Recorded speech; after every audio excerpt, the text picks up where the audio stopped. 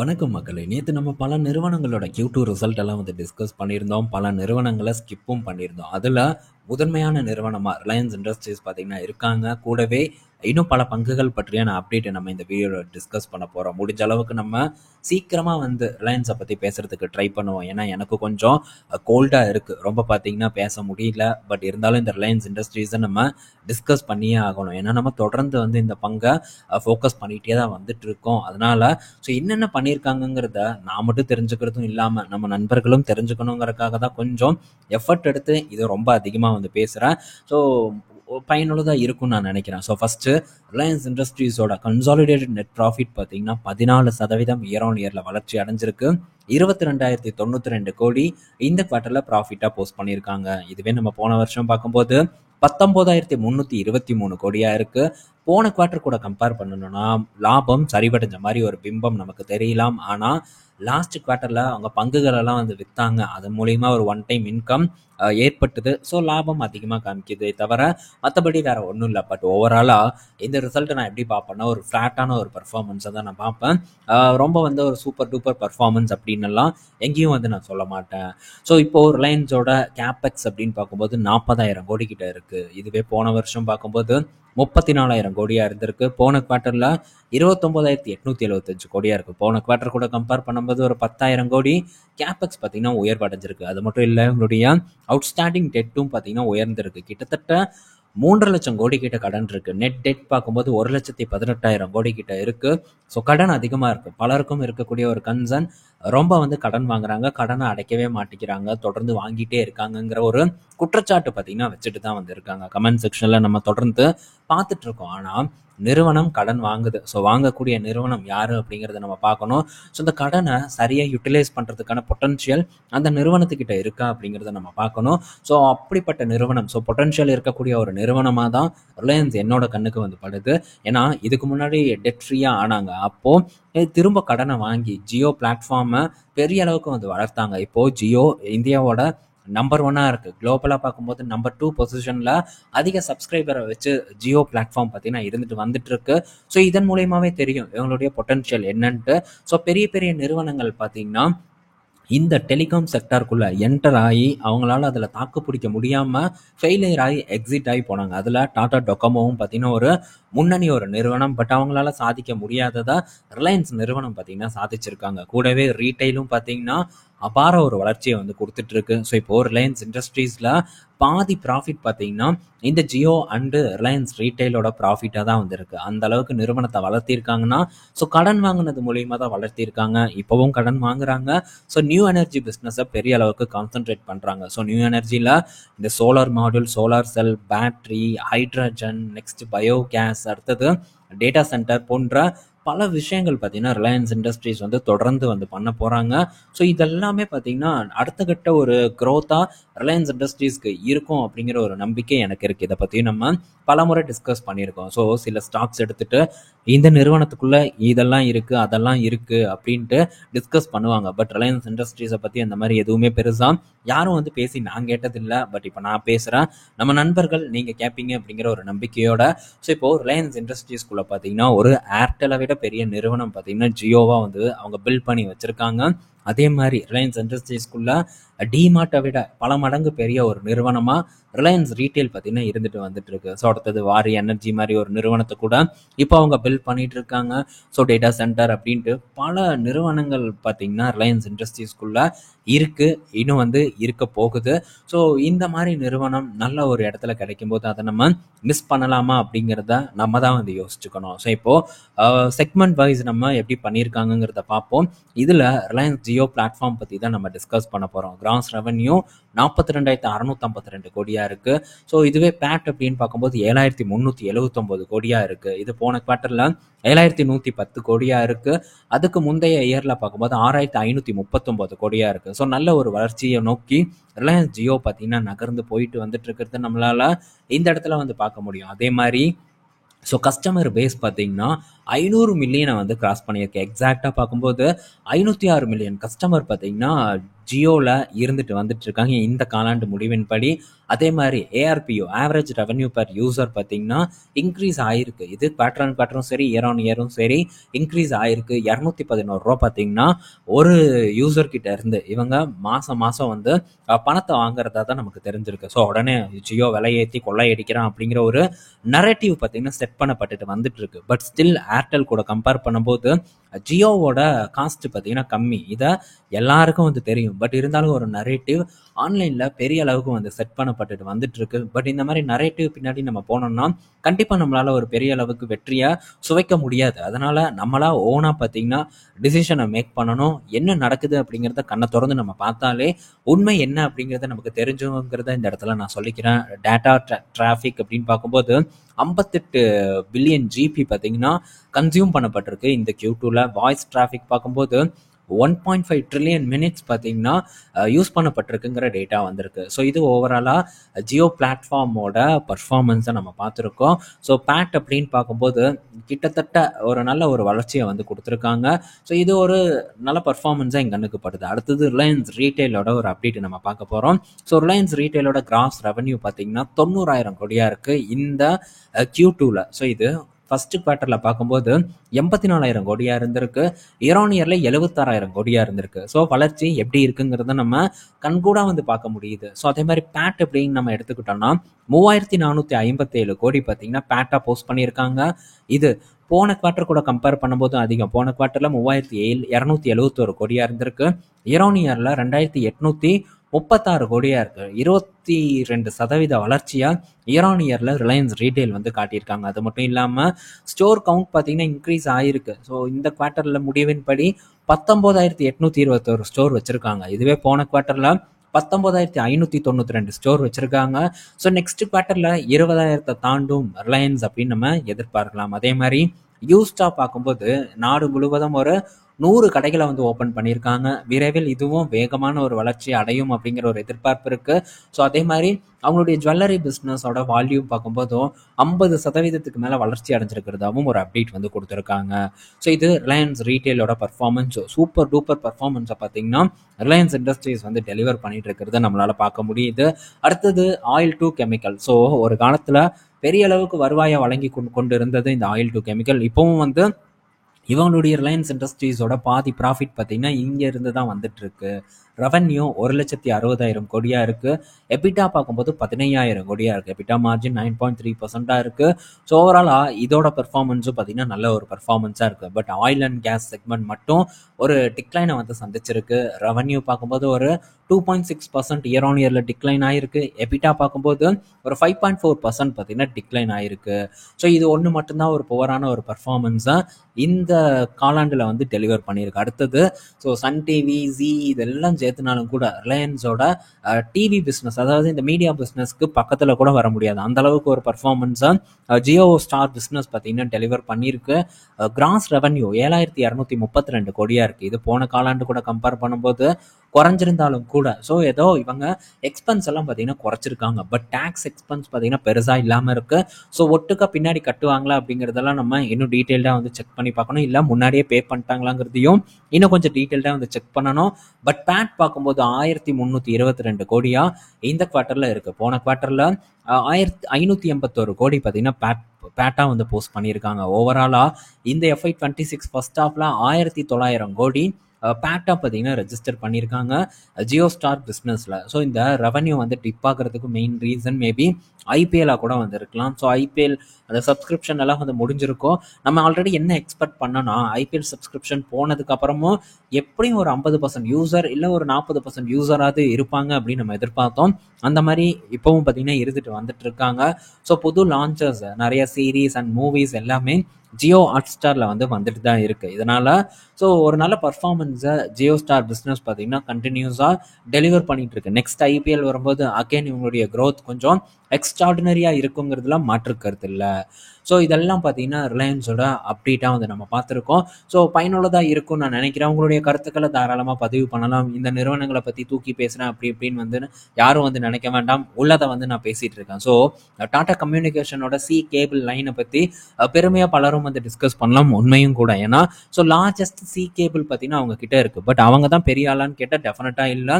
So ஜியோவோட C cable பார்க்கும்போது டாடா கம்யூனிகேஷனை விட ரொம்ப வந்து பெருசு. நீங்கள் நார்மலாக கூகுளில் செக் பண்ணி பார்த்தாலே உங்களுக்கு அந்த செய்தி வந்து தெரியும். ஸோ ஓவராலாக இவங்க இருக்கக்கூடிய இடத்துல இவங்க லீடர்ஷிப் பொசிஷனில் இருக்காங்க. ஸோ பிஸ்னஸை தொடர்ந்து நல்ல வளர்ச்சி பாதையை நோக்கி கொண்டு போயிட்டு இருக்காங்க. அதெல்லாம் தாண்டி இப்போது எஃப்எம்சிஜி பிஸ்னஸை வந்து தனியாக பிரிக்க போகிறதா வந்து சொல்லியிருக்காங்க. ஸோ என்ன அப்படின்னு நம்ம பார்க்கும்போது இவங்க இந்த காலாண்டில் மட்டும் பார்த்தீங்கன்னா 5400 கோடி எஃப்எம்சிஜி பிஸ்னஸ் மூலிமா ரெவன்யூவாக வந்து ஜென்ரேட் பண்ணியிருக்காங்க. ஸோ இவங்களுடைய ஃபர்ஸ்ட் ஆஃப் அப்படின்னு பார்க்கும்போது 10,000 கோடியை வந்து ரீச் பண்ணியிருக்கு இவங்களுடைய டோட்டல் ரெவன்யூ. போன வருஷம் FY25ல் ஒரு 11,400 கோடி பார்த்தீங்கன்னா ரெவன்யூவாக ஃபுல் இயருக்கு ஜென்ரேட் பண்ணாங்க. அதை வந்து FY26ல் அசால்ட்டாக பீட் பண்ணுவாங்க அப்படிங்கிற ஒரு எதிர்பார்ப்பு இருக்குது. ஸோ இப்போது இந்த எஃப்எம்சிஜி பிஸ்னஸை தனியாக டீமர்ஜ் பண்ண போகிறாங்க ரிலையன்ஸ் ரீட்டைல்ல இருந்து. So Reliance consumer private limited அப்படிங்கிற ஒரு சப்சிடரியாக இது வரப்போகுது. எனக்கு என்ன ஒரு டவுட்னா இது வந்து தனியாக நமக்கு ஏதாச்சும் டீலிஸ்ட் பண்ணி கொடுப்பாங்களா அப்படிங்கிற ஒரு டவுட் இருக்குது. பட் டீலிஸ்ட் பற்றி எதுவுமே எந்த ஒரு இன்ஃபர்மேஷனும் வந்து நமக்கு கிடைக்கல. ஸோ டீமர்ஜ் அப்படின்னு தான் சொல்லியிருக்காங்க. ஸோ டீமர்ஜ் பண்ணி அவங்களுக்குள்ளேயே தனியாக ஒரு சப்சிடரியாக வச்சுக்கிறதுக்கான வாய்ப்பு தான் அதிகமாக இருக்குன்னு நான் நினைக்கிறேன். மேபி ஃபியூச்சரில் ஏதாச்சும் டீலிஸ்ட் பண்ண போகிறோம், டீலிஸ்ட் பண்ணி தரப்போகிறோம் அப்படின்னு சொல்லி சொன்னாங்கன்னா அது நமக்கு இன்னும் வந்து பெரிய அளவுக்கான ஒரு வேல்யூ அன்லாக்கிங்காக இருக்கும். எப்படி ஜியோ ஃபினான்ஸ் வந்து டீமர்ஜ் பண்ணி நமக்கு தனியாக கொடுத்து ஒரு பெரிய வேல்யூ அன்லாக்கிங் ஏற்படுத்தினாங்களோ அதே மாதிரி இருக்கும் அப்படின்னு நம்ம எதிர்பார்க்கலாம். பட் பண்ணுவாங்களா அப்படிங்கிறத நம்ம பொறுத்திருந்து பார்க்கணும். இது ஒரு முக்கியமான ஒரு அப்டேட். நெக்ஸ்ட் பார்த்தீங்கன்னா இந்த சோலார் செல்கோட ப்ரொடக்ஷன் பார்த்தீங்கன்னா நவம்பர்லேருந்து ஆரம்பிச்சிரும் அப்படிங்கிற ஒரு டேட்டாவும் வந்து நமக்கு கிடைச்சிருக்கு. ஸோ இப்போது வாரி எனர்ஜிஸ் இந்த குவார்ட்டரில் எக்ஸலண்ட்டான ஒரு பர்ஃபார்மன்ஸ் கொடுத்துருக்காங்க. இந்த காலாண்டில் மட்டும் கிட்டத்தட்ட 780 கோடி கிட்ட வந்து ப்ராஃபிட்டாக வந்து போஸ்ட் பண்ணியிருக்காங்க. சூப்பர் டூப்பர் பர்ஃபார்மன்ஸை பார்த்தீங்கன்னா டெலிவர் பண்ணியிருக்காங்க வாரி எனர்ஜிஸ். பட் ரிலையன்ஸ் இண்டஸ்ட்ரீஸ் பார்த்தீங்கன்னா அவங்களுடைய ப்ரொடக்ஷனை வந்து இறக்குறாங்க. உலகத்திலே பார்க்கும்போது இன்டகிரேட்டட் மேனுஃபேக்சரிங் பிளான்ட்டை பார்த்தீங்கன்னா ரிலையன்ஸ் இண்டஸ்ட்ரீஸ் ஸ்டார்ட் பண்ணியிருக்காங்க. ஸோ இதோட வளர்ச்சி எப்படி இருக்குன்னு பார்க்குறதுக்கும் நான் ரொம்ப ஆவலாக வந்திருக்கேன். 40 ஜிகாவாட் அளவுக்கான பேட்டரி மேனுஃபேக்சரிங்கும் அடுத்த வருஷம் ஸ்டார்ட் ஆயிரும் அப்படின்ட்டு ரிலையன்ஸ் இண்டஸ்ட்ரீஸ் கிட்ட இருந்து ஒரு அப்டேட் வந்திருக்கு. ஸோ இதெல்லாம் அடுத்த கட்ட ஒரு க்ரோத்தாக ரிலையன்ஸ் இண்டஸ்ட்ரீஸ்க்கு அமையும் நான் நினைக்கிறேன். ஸோ ரிலையன்ஸ்குள்ளே இத்தனை விஷயம் இருக்கா அப்படிங்கிறது பல நண்பர்களுக்கும் தெரியாமல் இருக்கலாம். ஸோ அதுக்காக தான் இவ்வளோ தூரம் பார்த்தீங்கன்னா டிஸ்கஸ் பண்ணப்படுது. ஏன்னா ஜஸ்ட் வந்து ரிலையன்ஸ் அம்பானி அப்படின்னு காரணம் காட்டி அவாய்ட் பண்ணிட்டு போகலாங்கிற ஒரு மைண்ட் செட் தான் இப்போது பலருக்கும் இருந்துட்டு இருக்கு. பட் இதில் என்ன இருக்குது அப்படிங்கிறத நீங்கள் தெரிஞ்சுக்கணுங்கிறதுக்காக நான் பேசிகிட்டு இருக்கேன். இதை நீங்கள் வாங்கணும் அப்படிங்கிறதுக்காக நான் பேசல. பட் என்ன இருக்குன்னு தெரிஞ்சுக்கிட்டா நீங்களே ஒரு டிசிஷனை வந்து மேக் பண்ணலாம், இன்னும் கொஞ்சம் ரிசர்ச் பண்ணலாங்கிறது தான் என்னுடைய ஒரு நோக்கமாக இருக்குது. ஸோ நான் இதை ஃபோக்கஸ் பண்ணியிருக்கேன் அப்படின்ட்டு நம்ம நண்பர்களுக்கெல்லாம் தெரியும். மேபி நமக்கு திரும்ப ஒரு வாய்ப்பு கிடைச்சதுன்னா இதை வந்து ஃபோக்கஸ் பண்ணுறதுக்கு ட்ரை பண்ணணும். ஏன்னா லாஸ்ட் வந்து இது ஒரு 12 வருஷத்தில் ஒரு 12லேருந்து ஒரு 14 வருஷத்தில் என்ன மாதிரியான ஒரு வளர்ச்சி அடைச்சிருக்காங்க அப்படிங்கிறத நம்ம முடிஞ்சால் இந்த வீக்கெண்டில் டிஸ்கஸ் பண்ணலாம். ஏன்னா நான் ஆல்ரெடி இதை பற்றி பேசணும் அப்படின்னு எடுத்து வச்சுருந்தேன். கம்பேரிஷன் அப்படின்னு பார்க்கும்போது ஓஎன்ஜிசி, ரிலையன்ஸ், அடுத்தது டிசிஎஸ், இது மூணையும் வந்து நம்ம கம்பேர் பண்ண போகிறோம். ஸோ டைம் இருந்ததுன்னா இந்த வீக்கெண்ட் அதாவது நாளைக்கு நம்ம டிஸ்கஸ் பண்ணுவோம். அப்படி இல்லைன்னா அப்கமிங் டேஸில் ஏதாச்சும் ஒரு நாள் நம்ம அதை பற்றி டிஸ்கஸ் பண்ணுவோம். நீங்கள் அந்த டிஸ்கஷன் வேணுமா அப்படிங்கிறதையும் கீழே கமெண்ட் செக்ஷனில் தாராளமாக வந்து மென்ஷன் பண்ணலாம். ஸோ அடுத்ததுன்னு பார்க்கும்போது ஸோ சென்ட்ரல் பேங்க்கோட ரிசல்ட் வந்திருக்கு. ஸோ சென்ட்ரல் பேங்க்கோட பர்ஃபார்மன்ஸ் குவார்டர் ஆன் குவார்ட்டரில் லைட்டாக டிக்ளைன் ஆயிருந்தாலும் இயர் ஆன் இயரில் ஒரு 33% பார்த்தீங்கன்னா ப்ராஃபிட்டாக போஸ்ட் பண்ணியிருக்காங்க. அசட் குவாலிட்டி இயர் ஆன் இயரில் வந்து இம்ப்ரூவ் ஆகிருக்கு. டெபாசிட் பார்க்கும்போதும் நல்ல ஒரு க்ரோத்தை வந்து கொடுத்துருக்கு. ஓவரால் பிஸ்னஸ் பார்க்கும்போதும் வளர்ச்சியை கொடுத்துருக்கு. 14% வளர்ந்துருக்கு. டெபாசிட் 13% வளர்ந்துருக்கு. இதெல்லாம் பார்த்தீங்கன்னா இவங்களுடைய ஒரு கீ அப்டேட்டாக வந்து பார்க்கப்படுது. பட் சென்ட்ரல் பேங்க் நம்ம பெருசாக ஃபோக்கஸ் பண்ணாத பேங்க்கு. லாஸ்ட்டு ட்ரேடிங் செஷனில் ஒரு சரிவோட பார்த்தீங்கன்னா இந்த வங்கி பங்கு வந்து க்ளோஸ் ஆகிருக்கு. பட் இதை நம்ம ஃபோக்கஸ் பண்ணுறது இல்லை. அதனால் நம்ம ஃப்ரீயாக விடுவோம். மேபி நமக்கு ஏதாச்சும் ஒரு ஷார்ட் டேர்மில் ஒரு ஆப்பர்ச்சுனிட்டி வந்ததுன்னா இதை வந்து நம்ம திரும்ப டிஸ்கஸ் பண்ணுவோம். ஏன்னா இதுக்கு முன்னாடி ஒருக்கா ஷார்ட் டேர்ம் ஆப்பர்ச்சுனிட்டி ஆல்மோஸ்ட் வந்தது. பட் நம்ம கரெக்டான ஒரு வாய்ப்பு கிடைக்கல. ஏன்னா ஃபேக் பிரேக் அவுட்டை பார்த்தீங்கன்னா இந்த சென்ட்ரல் பேங்க் வந்து கொடுத்தது. ஸோ திரும்ப ஏதாச்சும் ஒரு நல்ல லோ சப்போர்ட்டில் கிடைக்குமாங்கிறத மட்டும் நம்ம பொறுத்திருந்து பார்ப்போம். அடுத்தது கரூர் வைஸ்யா பேங்கோட ரிசல்ட்டு. ஸோ நேற்றே இதை டிஸ்கஸ் பண்ணணும், பட் நேற்று நிறைய அப்டேட் இருந்தனால இதை டிஸ்கஸ் பண்ண முடியல. அதுவும் இல்லாமல் இதை வந்து நம்ம ஃபோக்கஸும் பண்ணலை. ஸோ அதனால் ரொம்ப வந்து மெனக்கெட வேண்டாம்னு விட்டுட்டேன். பட் இதை கொண்டு வரணுங்கிறதுக்காக இன்றைக்கி எடுத்துகிட்டு வந்திருக்கேன். ஸோ கேவிபியோட பர்ஃபார்மன்ஸ் எக்ஸலண்ட்டாக இருக்குது. ஸோ அசட் குவாலிட்டி பொறுத்த வரைக்கும் கிராஸ் என்பிஏ மட்டும் லைட்டாக கொஞ்சம் உயர்ந்திருக்கு, பட் நெட் என்பிஏ ஃப்ளாட்டாக வந்திருக்கு. அசட் குவாலிட்டியில் எந்த ஒரு இம்ப்ரூவ்மெண்ட்டும் இல்லை, பட் இவங்களுடைய அசட் குவாலிட்டி ஆல்ரெடி ரொம்பவே சூப்பராக வந்து மெயின்டைன் பண்ணிட்டு வந்துட்டு இருக்கக்கூடிய ஒரு நிறுவனம் தான். நெட் ப்ராஃபிட் 21% உயர்ந்திருக்கு. நெட் இன்ட்ரெஸ்ட் இன்கம் 19% உயர்ந்திருக்கு. இதுதான் வந்து முக்கியமான ஒரு விஷயம். ஏன்னா வங்கி அவங்களுடைய செயல்பாட்டில் இருந்து எவ்வளவு வந்து பணத்தை ஜென்ரேட் பண்ணுறாங்கிறது தான் முக்கியம். அது 19% வளர்ச்சி அடைஞ்சிருக்கு. நம்ம சவுத் இந்தியன் பேங்கை வந்து டிஸ்கஸ் பண்ணியிருந்தோம். அந்த இடத்துல பார்த்தீங்கன்னா அந்த அளவுக்கு நெட் இன்ட்ரெஸ்ட் இன்கம் இல்லை. நெட் இன்ட்ரெஸ்ட் இன்கம் வெறும் ஃப்ளாட்டான ஒரு பர்ஃபார்மன்ஸாக இருந்தது. உடனே ஸோ இந்த கரூர் வைஸ்யா பேங்கோட வளர்ச்சிக்கு பிஆர் சேஷ் சாஸ்திரி தான் ஒரு பெரிய பாடுபட்டார் அப்படின்னு சொல்லலாம். பட் அதெல்லாம் வந்து உண்மையே கிடையாது. ஏன்னா இவரோட டென்யூர் முடியறதுக்கு ஒரு 4 மாதம் முன்னாடியே இந்த கேவிபியில் இருந்து எக்ஸிட் கூட வந்து ஆயிட்டாரு. ஸோ அவர் எக்ஸிட் ஆகும்போது கரூர் வைஸ்யா பேங்கோட அசட் குவாலிட்டி ரொம்பவே வந்து ஒஸ்ட்டாக இருந்தது. அவர் என்னைக்கு வந்து அதுல இருந்து எக்ஸிட் ஆனாரோ அதுக்கப்புறம் தான் இந்த கேவிபியோட ஒரு வளர்ச்சி பெரிய அளவுக்கு இருந்தது. இதை பற்றி நம்ம இதுக்கு முன்னாடி ஒரு வீடியோவில் கூட வந்து டிஸ்கஸ் பண்ணியிருந்தோம். ஸோ அதனால் ஜஸ்ட் வந்து ஒருத்தர் மேலே தூக்கி இவர் தான் எல்லாம் அப்படின்னு சொல்லி நம்ம போட்டு அடுத்த ஒரு ஸ்டாக், அதாவது சவுத் இந்தியன் பேங்க் ஸ்டாக்கை வந்து ஃபோக்கஸ் பண்ணுறதுல எந்த ஒரு அர்த்தமும் இல்லை. ஸோ சின்ன பேங்காக சூப்பர் க்ரோத்தை கொடுத்துட்டு இருக்கக்கூடிய ஒரு பேங்காக கேவிபி தான் வந்து இருக்குது. ஸோ நீங்கள் ஹிஸ்ட்ரி எடுத்து செக் பண்ணி பண்ணும்போது தெரியும் சேஷ் சாஸ்திரி பீரியடில் கேவிபி எப்படி பர்ஃபார்ம் பண்ணுச்சு அப்படிங்கிறத ஜஸ்ட் நீங்கள் செக் பண்ணுங்கள். ஸோ செக் பண்ணி பார்த்தீங்கன்னா உண்மை என்ன அப்படிங்கிறது உங்களுக்கு புரிய ஆரம்பிக்கும். ஸோ அதுக்கப்புறம் வந்து சிஇஓ பார்த்தீங்கன்னா அசட் குவாலிட்டியை ரொம்ப அருமையாக வந்து மேனேஜ் பண்ணியிருக்காரு. வங்கியை அடுத்த கட்டத்தை நோக்கி நகர்த்தியும் வந்து போயிருக்காரு.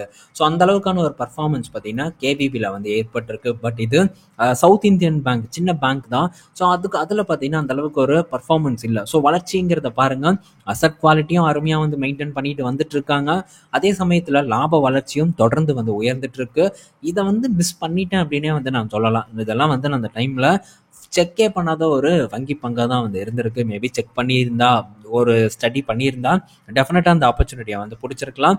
பட் எது எப்படியோ கடந்து போன ஒரு வாய்ப்பு கடந்து போனதாகவே வந்து இருக்கட்டும். ஸோ நெக்ஸ்ட் ஒரு நல்ல வாய்ப்புகள் பல பங்குகளில் நமக்காக காத்துட்டு இருக்கோம். அதை பிடிக்கிறதுக்கு நம்ம ட்ரை பண்ணுவோம். அடுத்தது ஸோ உஜ்ஜீவன் ஸ்மால் ஃபினான்ஸ் பேங்கோட ரிசல்ட் வந்திருக்கு. ஸோ இவங்க ஒரு பெட்டர் பர்ஃபார்மன்ஸை பார்த்தீங்கன்னா இந்த ஸ்மால் ஃபினான்ஸ் பேங்க் செக்மெண்ட்டில் வந்து போஸ்ட் பண்ணியிருக்காங்க. ப்ரொவிஷன் இந்த குவார்ட்டரில் டபுள் ஆயிருக்கு. இயர் ஆன் இயர் கூட கம்பேர் பண்ணும்போது கிட்டத்தட்ட 250 கோடி கிட்ட ப்ரொவிஷனாக வந்து ஸ்பெண்ட் பண்ணியிருக்காங்க. பட் அப்படி இருந்தும் அசட் குவாலிட்டியும் மெயின்டைன் பண்ணியிருக்காங்க, லாபத்தையும் பார்த்தீங்கன்னா மெயின்டைன் பண்ணிட்டு வந்துட்டு இருக்காங்க. இயர் ஆன் இயர் கூட கம்பேர் பண்ணும்போது குறைஞ்சிருந்தாலும் கூட ஸோ லாஸுக்கு வந்து போகாமல் இருக்காங்க. மற்ற பக்கம் ஈக்விட்டாஸ் இந்த மாதிரி பல இடமும் பார்த்தீங்கன்னா ரொம்பவே ஒரு ப்ரெஷரில் வந்து தெரிஞ்சிட்டு இருக்கு. பட் இவங்க ஓரளவு பெட்டரான ஒரு பெர்ஃபார்மன்ஸை கொடுத்துருக்காங்க. பட் ஸ்மால் ஃபினான்ஸ் பேங்க்கை இந்த வேல்யூவேஷனில் நம்ம ஃபோக்கஸ் பண்ணுறது என்னை பொறுத்த வரைக்கும் ரொம்ப வந்து தேவையில்லாத ஒரு விஷயம். நிறைய ஆப்பர்ச்சுனிட்டிஸ் வந்து இருக்குது. ஸோ அதெல்லாம் நம்ம பிடிக்கிறதுக்கே ரொம்ப கஷ்டம். இப்போ வந்து நம்ம பேஸ்மெண்ட்டை வந்து ஸ்ட்ராங் பண்ணுறதுக்கான ஒரு காலமாக வந்து இருக்குது. டிசிஎஸ் வந்து ஒரு நல்ல வாய்ப்பை வந்து கொடுக்குது. அதை வந்து நம்ம பிடிச்சி உள்ளே போடுறதுக்கு ட்ரை பண்ணணும். ஸோ ரிலையன்ஸ் மேபி வாய்ப்பை கொடுத்ததுன்னா அதை பிடிச்சி உள்ளே போடுறதுக்கு ட்ரை பண்ணணும். ஸோ ஐடிசி கிடச்சது பிடிச்சி போட்டு பேஸ்மெண்ட்டை ஸ்ட்ராங் பண்ணியிருக்கோம். ஸோ இந்த மாதிரி குவாலிட்டி பங்கை மட்டும் நம்ம இப்போதைக்கு ஃபோக்கஸ் பண்ணுவோம். அப்பப்போ நல்ல வாய்ப்பு நல்ல பங்குகளில் வந்ததுன்னா ஃபோக்கஸ் பண்ணுறதுக்கு ட்ரை பண்ணுவோம். ஸோ நம்ம மார்க்கெட் அப்டேட் முடிஞ்சாச்சு. குளோபல் மார்க்கெட் அப்டேட்னு பார்க்கும்போது NVIDIA கிட்ட இருந்து ஒரு அப்டேட் வந்திருக்கு. ஸோ NVIDIAவோட ஃபர்ஸ்ட் யூஎஸ் மேடு பிளாக்வெல் சிப்பு பார்த்தீங்கன்னா இப்போ வந்து ரெடியாக இருக்குது. அதை NVIDIA வந்து அன்வீல் பண்ணியிருக்காங்க. ஸோ TSMC தான் பார்த்தீங்கன்னா இதை ப்ரொடக்ஷன் பண்ணிட்டு இருக்காங்க. ஸோ இது முழுக்க அமெரிக்காவில் இருக்கக்கூடிய பிளான்ட்டில் உருவாக்கப்பட்ட சிப்பாக வந்து இருக்குது. ஸோ நெக்ஸ்ட் அப்படின்னு பார்க்கும்போது இன்டெல் கிட்ட இருந்து ஒரு அப்டேட் நேற்று வந்திருந்தது.